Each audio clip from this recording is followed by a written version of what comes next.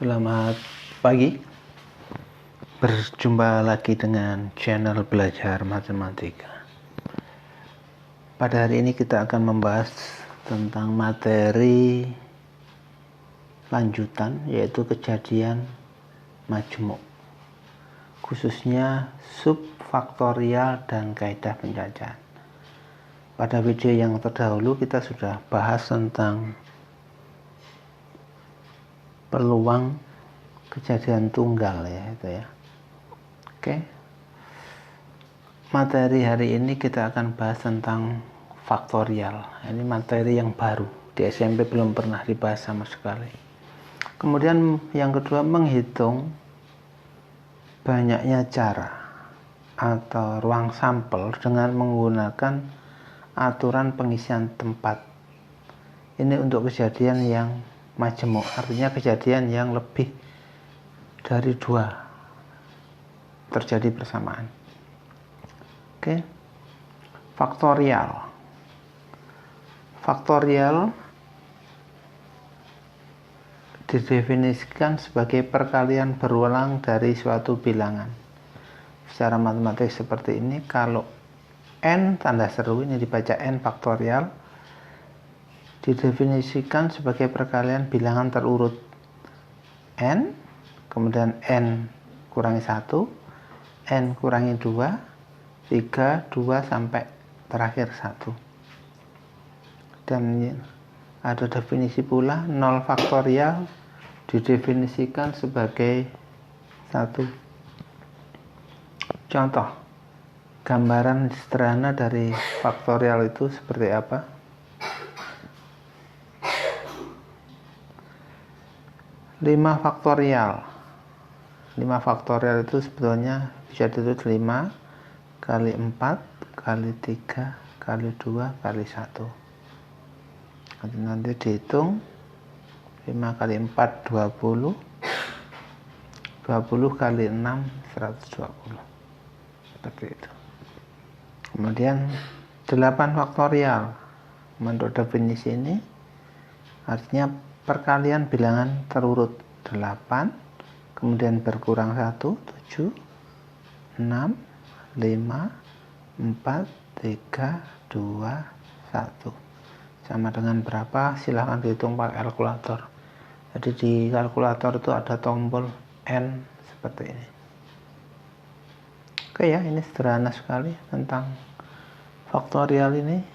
Kenapa harus disampaikan faktorial? Karena ini nanti untuk menghitung banyaknya cara dari kejadian majemuk.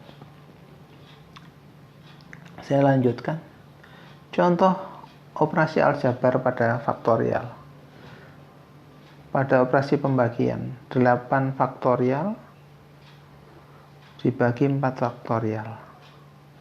Ini seperti apa caranya? Ya sama, diuraikan aja. 8, 7, 6, 5, 4, 3, 2, 1. Dibagi 4 faktorial. 4, 3, 2, 1. Bisa saling membagi. 4 dibagi 4, 3 dibagi 3, 2 dibagi 2, 1 dibagi 1. Sehingga sama dengan 8 kali 7 kali 6 kali 5. Berapa ini? 30 kali 56. 30 kali 56. Silahkan dihitung sendiri berapa. Seperti itu.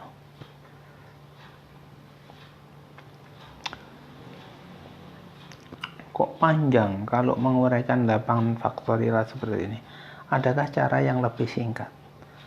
Sebetulnya bisa kita kerjakan agak singkat. Caranya seperti ini. Jadi 8 faktorial dibagi berapa tadi? 4 faktorial.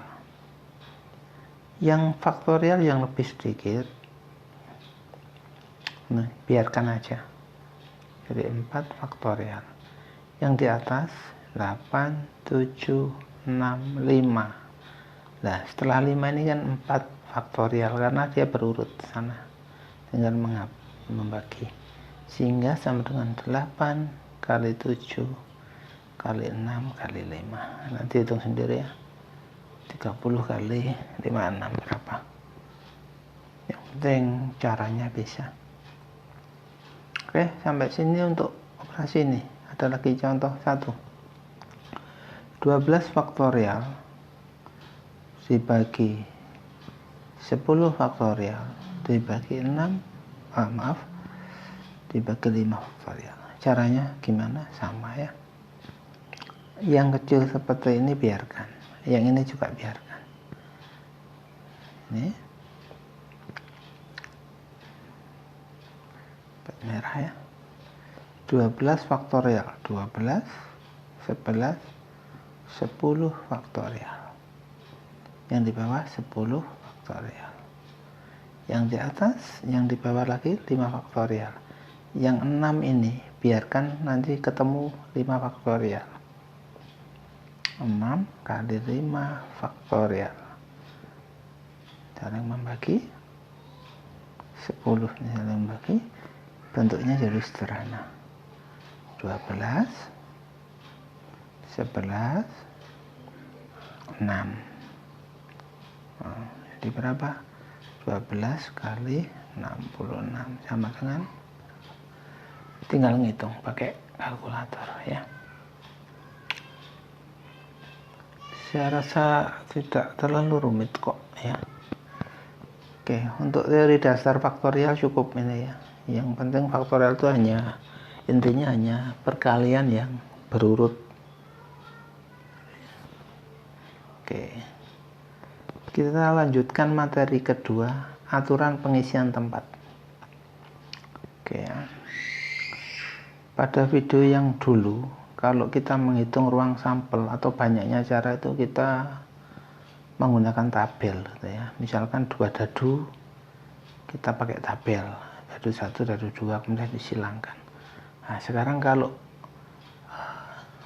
kejadiannya bukan dadu, tapi suatu peristiwa, ya, gimana cara menghitung ruang sampelnya atau banyaknya cara atau banyaknya pilihan seperti itu. Definisinya, misalkan peristiwa 1 ada M cara, peristiwa 2 atau kejadian 2 ada N cara, maka banyaknya cara keseluruhan kejadian yang terjadi dalam satu rangkaian. Jadi kejadiannya itu bersama-sama ya, dalam satu rangkaian, tidak terpisah. Maka banyaknya kejadiannya itu ada M kali N cara, tinggal mengalikan. Contoh ya, Iwan akan bepergian dari kota A ke kota B, dilanjutkan ke C. Dari A ke B ada 3 jalan, dari B ke C ada 2 jalan. Ada berapa rute berbeda yang bisa dipilih untuk pergi dari A ke C. Nah, pada permasalahan ini ada 2 peristiwa ya. Peristiwanya pergi dari A ke B, kemudian dari B ke C, sesuai dengan konteks atas tadi. Oke, kita gambarkan saja. Nah, ini seperti ini. Ada kota A, ada kota B, ada kota C. A ke B itu ada 3 jalan, sebut aja A1, A2, A3. Oke ya. Kemudian dari B ke C ada 2 jalan, sebut aja B1, B2. Nah, kalau kita mau ke A, kalau kita mau dari A ke C, tentu kita harus melewati A1, B1. Ini pilihan pertama. A1 nggak kelihatan, maaf. Yang ini aja. A1, B1. Ini pilihan jalan yang bisa kita lewati. A1, B1. Oke ya. Pertama. Maaf. Yang kedua bisa juga A1 B2. A1 B2.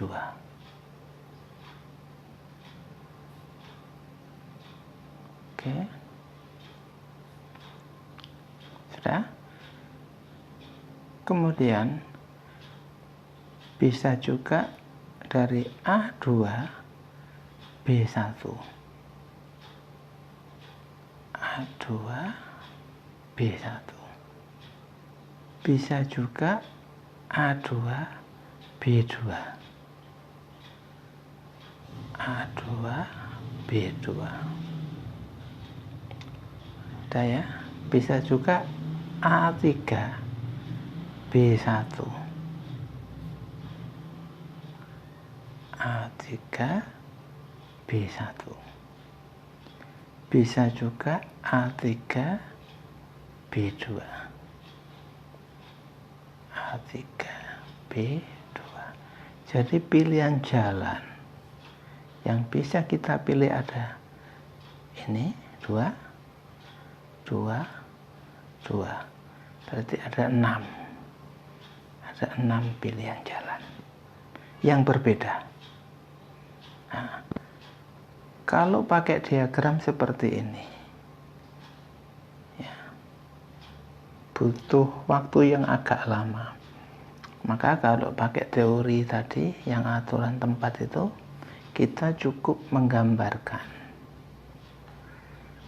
jalan tersebut sebagai dua peristiwa. A ke B ini satu peristiwa, B ke C juga peristiwa. A ke B tadi ada jalan A1, A2, A3.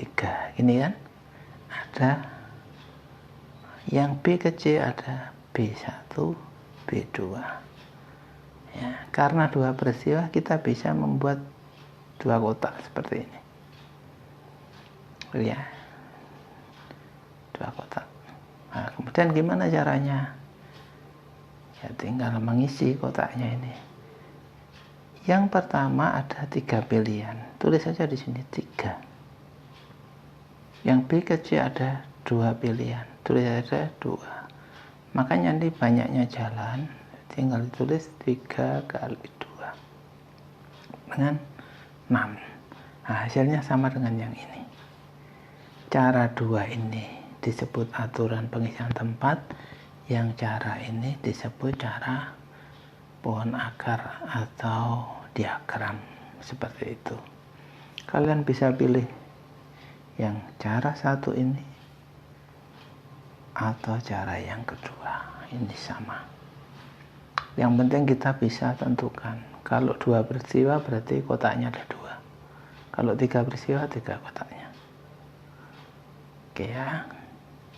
Lanjut. Contoh. Diberikan 3 huruf ITA. Akan disusun sebuah password terdiri dari 3 huruf. Ada berapa macam password yang dapat dibuat? Kalau 3 huruf berarti ada 3 tempat kan? Tempat pertama, kedua, ketiga. Ini kan? Nah, kalau hurufnya ITA berarti kalau pertama I. Ini kan? Yang kedua tentu bisa ditempuh. Kalau enggak T, A. Gitu kan? Kalau I dan T sudah dipakai berarti di sini A. Yang di sini I, A berarti ini T. Ini ya. I, T, A. Maaf. Biar enak. I, T, A. Boleh juga I, A, T. Oke. Ada lagi caranya. Kalau depannya T. T tinggal I, A. Tempat ketiga ini A, ini I. Gitu ya. Kemudian kalau depannya T, kalau depannya A, maka yang kedua mesti T atau I. Ini A, T, yang di sini mesti apa? I, gitu ya.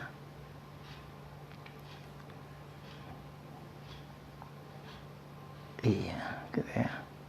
Kalau di sini A, I, di sini mesti T. Sehingga pilihannya ada berapa? Ada 6 pilihan. Ya. Kalau pakai cara 2, cara ASEAN tempat ya, pilihannya ada gini ya, 3 peristiwa, pilihannya sama, ita, ita, ita, tidak boleh sama. Oke, kita isi. Pilihan yang pertama ada 3. 3 ini kan mesti dipakai 1. Contohnya dipakai yang A, berarti sudah nggak boleh lagi dipakai yang kedua. Nah, ini pilihannya tinggal 2. Sudah. Kalau yang huruf kedua dipakai T, maka yang T ini nggak boleh. Sudah dipakai yang kedua, maka ini tinggal 1. Maka tinggal ngalikan 3 kali 2 kali 1 sama dengan 6 pilihan. Oke ya. Saya rasa agak mudah ya. Oke, sampai di sini. Silakan nanti kalian buka buku paketnya, literaturnya ya. Di buku modul ada. Oke, ada 4 soal ini. Yang pertama faktorial, kedua kunci sama dengan itu tadi. Yang ketiga kaos, ya, ini berapa peristiwa nanti dilihat. Yang keempat ini plat nomor ya. Buat plat nomor. Oke. Saya rasa selesai ya. Oke, sampai di sini saja. Mudah-mudahan bisa dipahami video pendek ini. Saya akhiri, selamat pagi. Assalamualaikum warahmatullahi wabarakatuh.